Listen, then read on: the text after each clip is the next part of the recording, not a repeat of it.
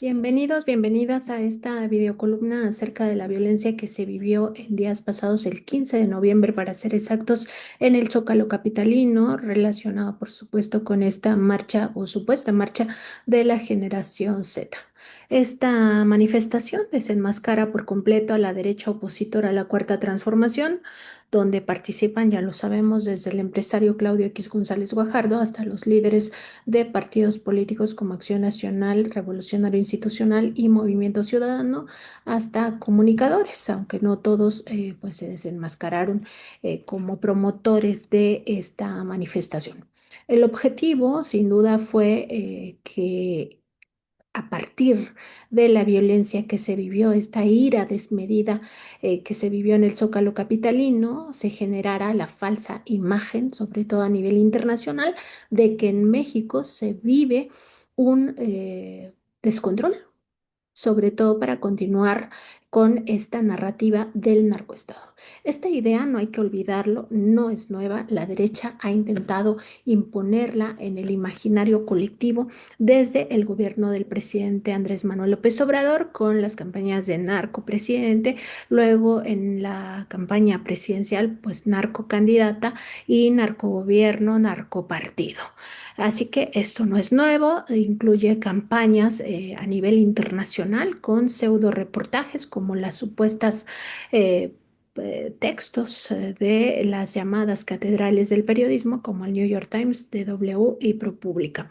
Lo ocurrido el sábado es digno de analizarse con detenimiento más allá de quienes llamaron a movilizarse, que no fueron precisamente los jóvenes de la llamada generación Z, sino líderes de partidos políticos y hasta el expresidente Vicente Fox.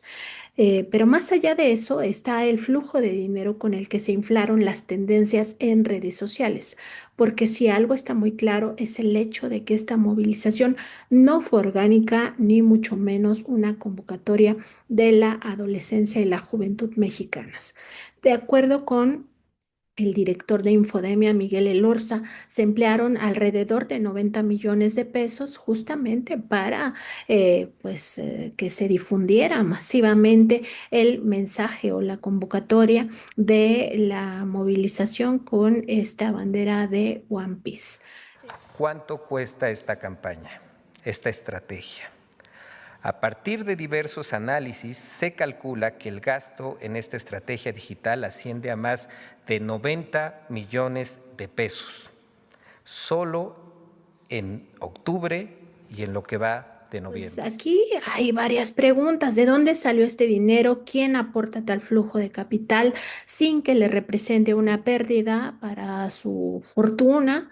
¿Cómo es que las redes sociales aceptan tal cantidad de dinero o de recursos?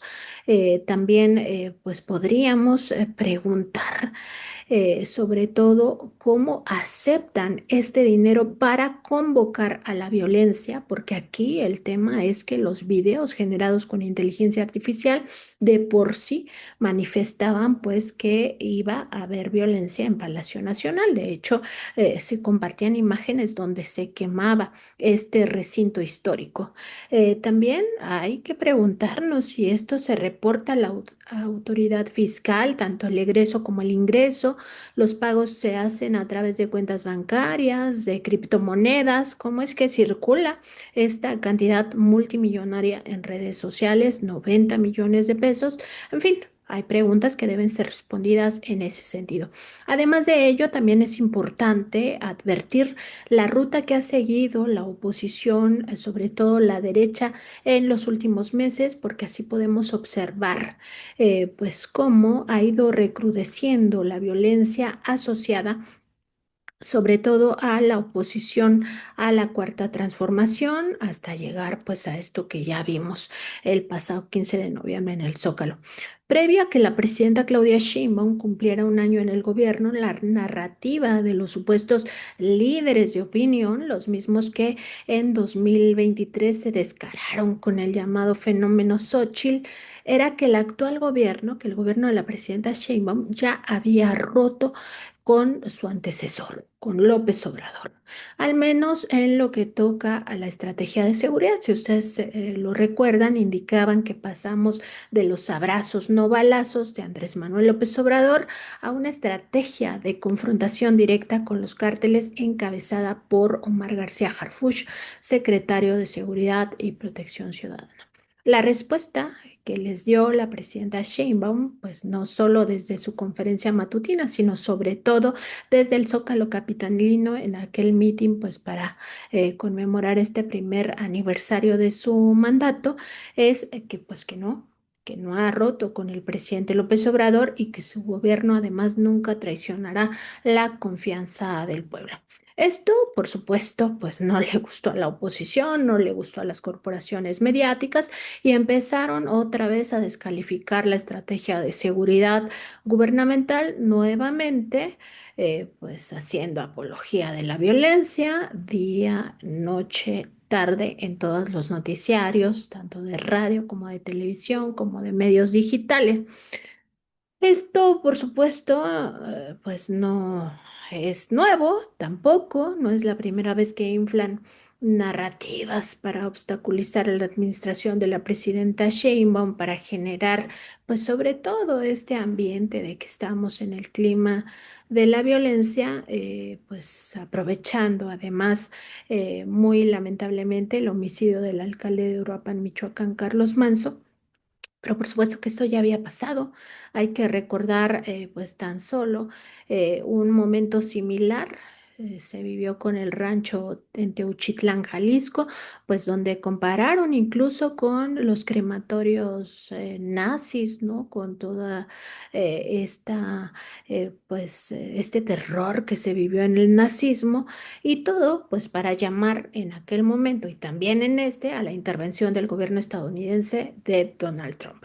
En este contexto, políticos y comentócratas pidieron pues ya participar en la marcha del pasado 15 de noviembre, argumentando pues que estamos hartos las mexicanas y los mexicanos de la peor violencia jamás vivida, sin recordar pues todo lo que pasó en el periodo de Felipe Calderón, que verdaderamente ahí sí estábamos en una crisis humanitaria de proporciones pues indecibles ya para dejarlo claro.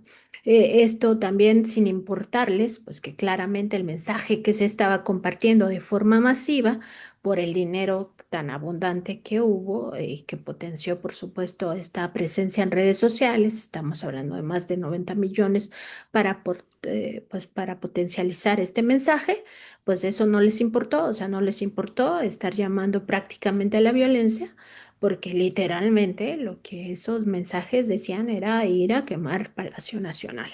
Y ya el mero día de la marcha, el 15 de noviembre, pues ocurrió exactamente lo que se alentó de forma artificial.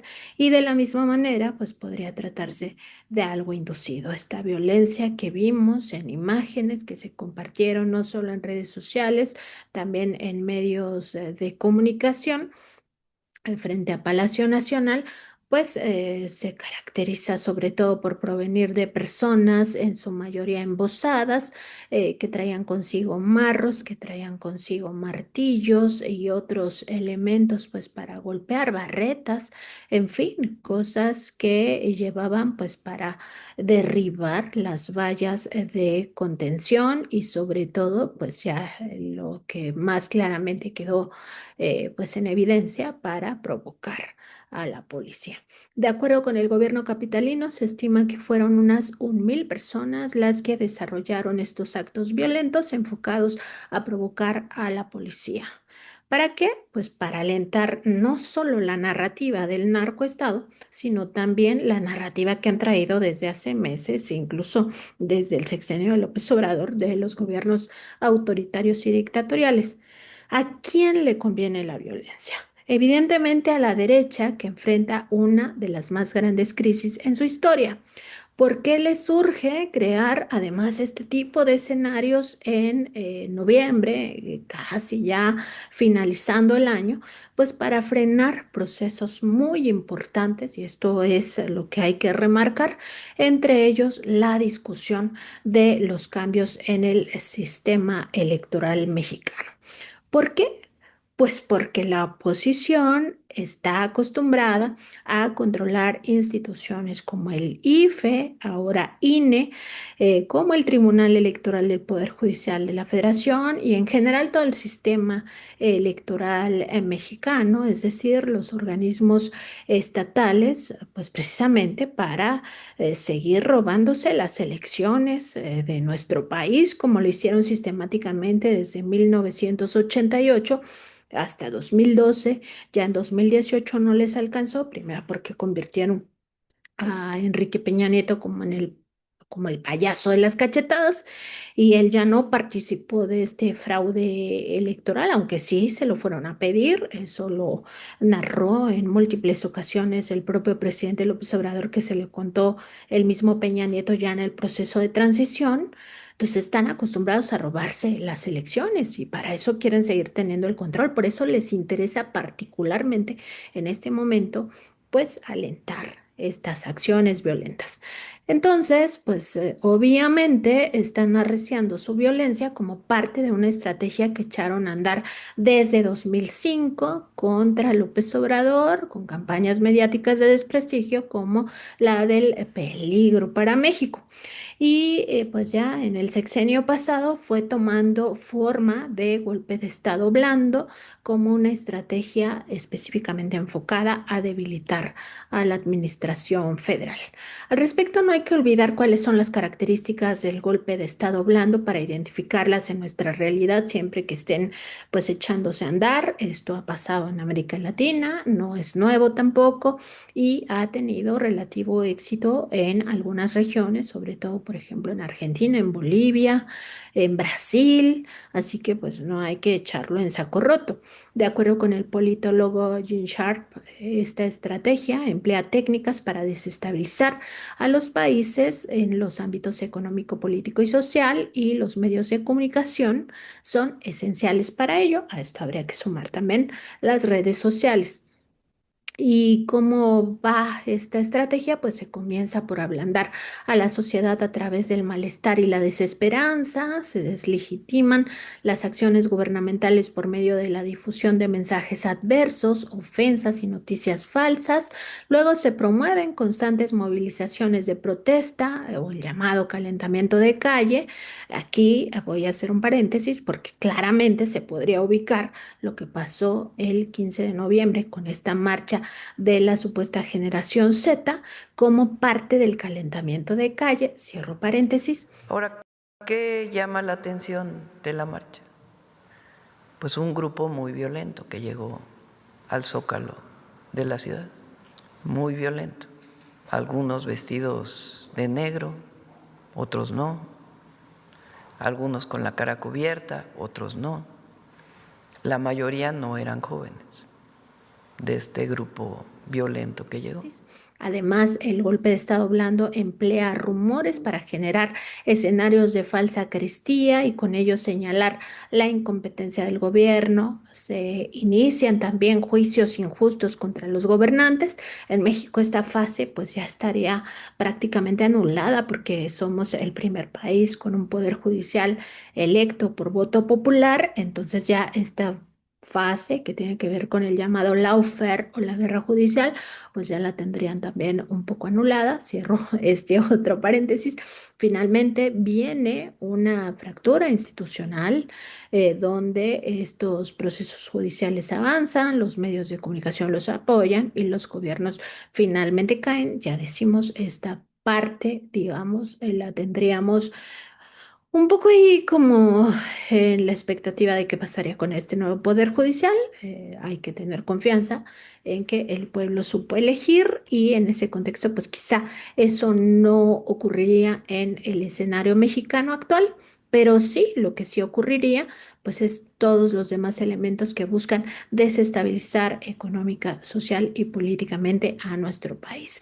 Esto, pues por supuesto, haría que en las próximas semanas no fuera raro que se alienten más manifestaciones de este tipo con el componente de la provocación Así es la derecha, no solo en México, sino en el mundo, y aquí pues las evidencias dejan claro que también está metida la derecha internacional. Recordar que también Miguel Elorza el jueves de la semana pasada en la conferencia presidencial, pues dijo en su presentación que pues está metido, por ejemplo, Atlas Network.